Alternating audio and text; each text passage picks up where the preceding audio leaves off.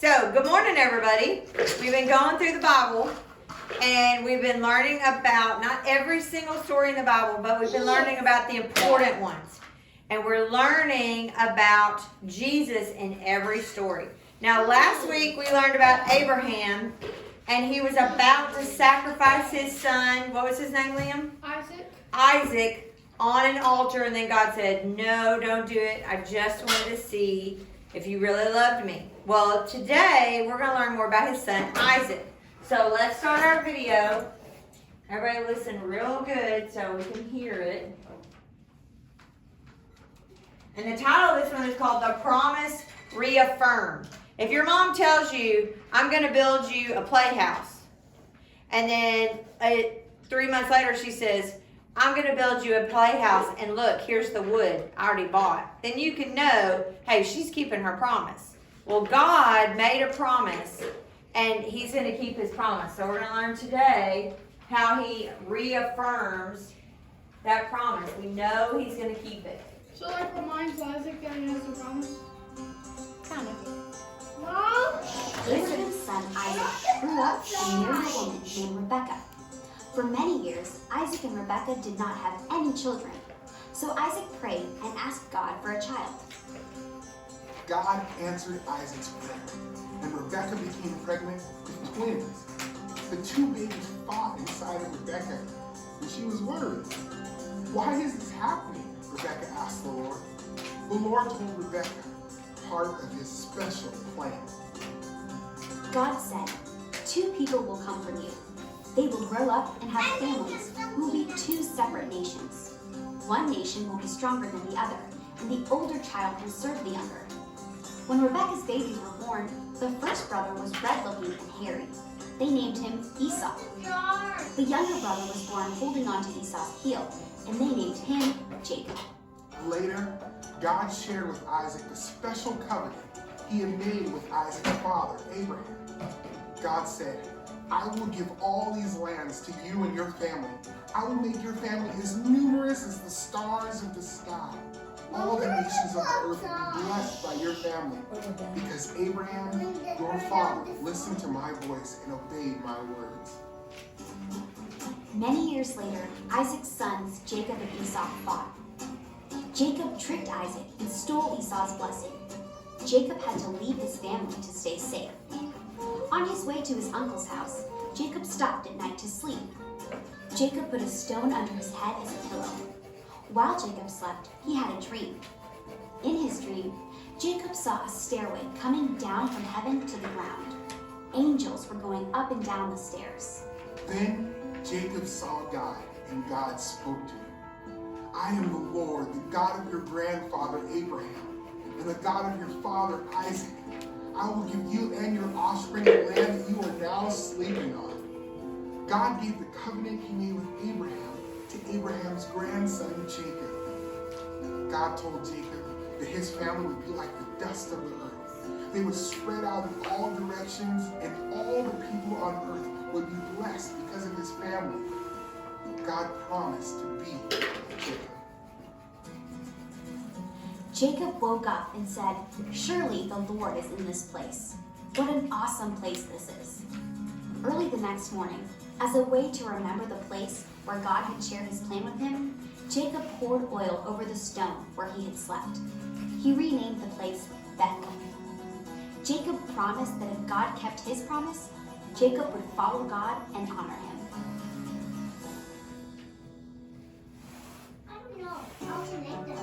God's wonderful plan to Abraham extended well beyond his lifetime. The plan was shared with Rebekah, Isaac, Jacob, and eventually an entire nation, leading to the birth of a baby boy named Jesus. Jesus fulfilled God's plan to provide salvation and redemption for all of God's people. Okay, so we've got some family happening here, okay? And it's weird because if you read the Bible, there's lots and lots of families. Like Adam had several sons, and they all have several sons. So there's been lots of families since Noah. Good job. So why is God focusing on just this one family? Well, it's because this one family is who Jesus is going to be born through. Okay? The whole story of the Bible, that's what I've been trying to tell you. The whole story of the Bible, even when we learn about David and Goliath, it all is leading up to Jesus. Baby Jesus, who's going to come and he's going to die on a cross for you and for me. It all leads up to that. Because why? Because long ago, when Adam and Eve sinned and it separated us from God, God's ultimate plan, Cash, was to bring us back to him. Okay? And so we're going to see him do several things, but it all is going to come back to Jesus. Conway, you need to get out of the drawers and you get in your chair. Okay, so what happened today? So first we learned Abraham had a son named Isaac, right? And so first we've got Isaac, and then Isaac, and this is something that they didn't talk about last week, but before Isaac was Abraham, and Abraham had to wait and wait and wait and wait and wait to have a son. And then Isaac, go sit in your chair, and then Isaac had to wait and wait and wait. It took him like 20 years after he married Rebecca to finally have a son. So they were waiting and waiting and waiting. So there was Abraham, then there was Isaac. Now, how many boys did Isaac have? Do you remember from the video? Two. And they were named, what? Adam and Eve. No, Esau and Adam. Jacob. Now, in this culture, the oldest boy took most of the stuff, and he was in charge of the family. Trinity, you have two things in your hands that you're not supposed to have in your hands. He killed his brother. Two? So Esau, Brother. listen, Esau was the oldest. And next week if you come, you're going to learn the tricks that Jacob plays on his brother Esau. And he does some things that are not very nice. We're going to learn about that next week. But today, we're kind of learning the beginning story of Jacob. And we're learning a middle story of Jacob. We're going to learn about his fights with his brother next week. But God said the younger is going to serve the older. So the younger is going to be in charge, which is Jacob. So Jacob is going to be the next line that Jesus is going to come through. Okay? So we're watching the family that Jesus is going to come through. Very important family. Now, what happened along the road? Now, I've given everybody a pipe cleaner. And what I want you to do with your pipe cleaner is first, I want you to shape it to make it look like stairs. If you have a pipe cleaner at home, you can do this too. I want you to make it look like stairs. And then after you make stairs, you can make whatever you want. But the Bible story, I'm going to show you if you watch. The Bible story said that Jacob had to leave his home. We're going to find out why next week. He has a big fight with his brother, and he has to leave his home. Well, on the way to a place where he's going to find a wife and start. Listen. He was going to his uncle's house. He is going to his uncle's house, and he's going to find a wife there and start the next part of his life. But on the way, see mine? It's just like corner, and then corner, and a corner, and a corner. Keep working on that. See if you can get it to make it look like stairs. Okay? Stop, please. I Good. Keep trying. Make sure. And then once you make stairs, then you can make something else. Can you see that? How mine is? See, I made like a upside down L, and then a backwards L, and an upside down L, and a backwards L, like that. Just keep turning it up. But Jacob has a dream. And those of you who are here, you just colored a picture of this. Jacob dreams on the side of the road. He's laying there, and he dreams that there's this stairway that comes down. And all these angels are going up and down and up and down in his dream. Wouldn't the angels have wings? Sometimes the Bible talks about cherubim having wings, which is different than an angel. Okay. A lot of times, this is what's tricky, Liam. A lot of times the Renaissance painters, like Picasso and Michelangelo, they painted a lot of biblical things, but they didn't really understand the Bible completely right. And so they kind of painted them to be a little different. Like a cherubim, people think is like a little fat baby angel, but actually if you read the Bible, it has like 4 heads and four sets of wings. So it's like, where did they get, it was a little, I know. So, but this, they may have had wings, I don't know. So, but Jacob sees these angels coming down, going back, coming down and going back, which was pretty much to show him, hey, this is God, we're sending you a message. And the message was, hey, I'm going to bless your family. Now that's the same thing he said to his grandpa, Abraham. He said, I'm going to give you all this land. I'm going to give you lots of children. I'm going to bless you, and I'm going to curse those who curse you. So you're going to have all these things. And Jacob was listening in his dream, and when he woke up, he told God, God, I will do whatever you want. If you keep your promises to me, then I will obey you, and I will follow you, and I will do what's right.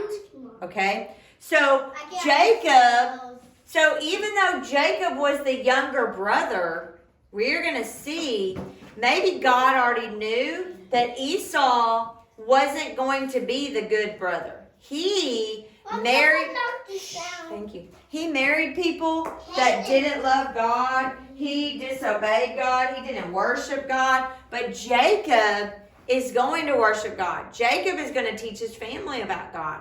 So God kind of already knew Jacob is the one that I'm going to keep my family line going through. Okay? So, ooh, that looks so powerful. Stay in your chair. Stay in your chair. Just a second. What Just is do your that best. popping sound? That is a clipboard that people keep stepping on. All right, so that is pretty much the Bible story for today. But what does that have to do with us? They remind us that God will keep his promises. God will keep his promises. Can you say that with me? God will keep his promises. Now, this is something important. Okay? Can God lie? No. No, he can't. He's God. He's perfect. He does not sin. So he cannot lie. If he tells Abraham, I will bless you. I will make a family through you. I will give you lots of land. I will give you lots of children. He cannot lie. So he can't break his promise. Now me, I'm a human. Okay? If I tell my kids, hey, we're going to go to Six Flags, and then, or I say we're going to go to Disney World, and then coronavirus comes, and everything gets messed up, Well, that's not then your fault. I broke my promise. We didn't go to Disney World. Now, That's not your fault. hopefully we get to go in the future, but I'm a human. I don't know what the weather's going to be like. I don't know if a disease like corona is going to come. I don't know if I'm going to get sick. I don't know. But God knows everything. And so when God makes this promise to Jacob, he knows what Jacob is going to do. He knows that Jacob is going to make good choices better than his brother. God cannot lie, and he will keep his promises. Now that should be exciting to you because just like, stop, Jaden. Just like we talked about the last couple weeks, God promised you that if you ask Jesus in your heart, then he will clean your heart of sin, and he will give you a home in heaven. Nobody else on earth can make that promise to you. Nobody else can say, hey, if you go to church every day and you say nice words and you help your brothers and your sisters, then you'll get to go to heaven when you die. No, nobody can make that promise to you. But God, he made a promise to you that if you ask Jesus in your heart, he will clean your heart and take you to heaven when you die. And he cannot lie. He will keep his promise. Okay? There's lots of other promises he gave us. He said, I will never leave you. Remember when Jacob was laying there and he was all by himself and he had to leave his family? God told him, Jacob, I will never leave you. Ever.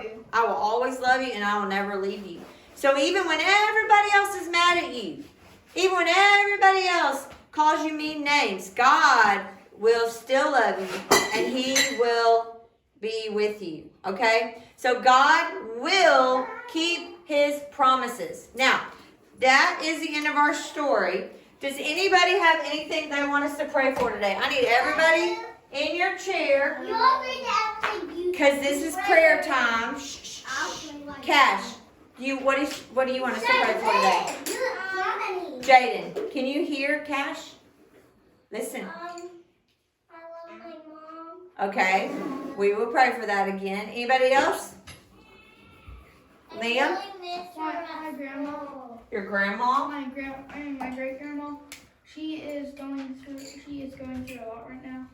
Because she is delusional and she is very old. Okay.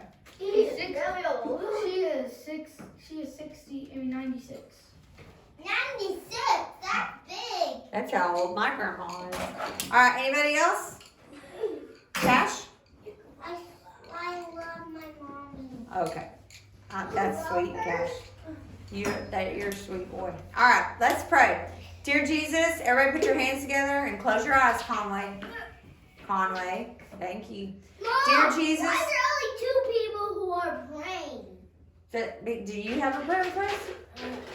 Okay, well then there's only 2 to pray for. Dear Jesus, thank you that you love us. Thank you that you will keep your promises to us. Thank you that even though Abraham made some bad choices and Isaac has made some bad choices and Jacob's going to make bad choices too.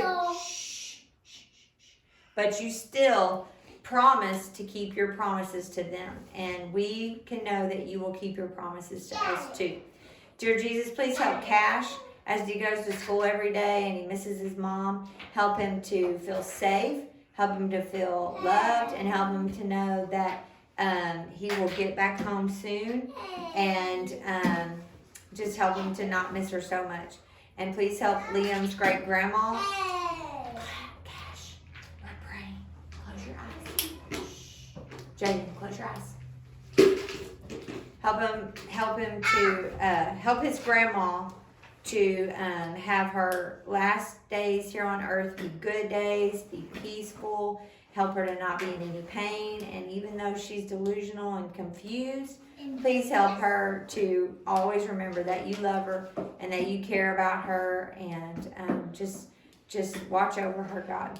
Thank you for all that you do for us. Thank you for this nice, cool weather. And God, your amazing world you gave us. Thank you that you keep your promises. Amen. All right, so we are about to play a game, and I'm going to explain it to you because maybe the kids at home can play it too. But I have made a ladder out of like tape. You can take tape and put lines on the floor and make like a ladder, like Jacob saw the ladder coming from heaven. Gosh, go sit down and wait 1 minute. And then, or stairs, yeah. It's easier to make a ladder than stairs. But if you jump on those ladders, you're going to put like a command to do on each one, like maybe do jumping jacks or say something or whatever. And then when you do those, you're going to remember that God is always with you and He keeps your promises. Okay? All right. Y'all have a good day. Love you. Bye.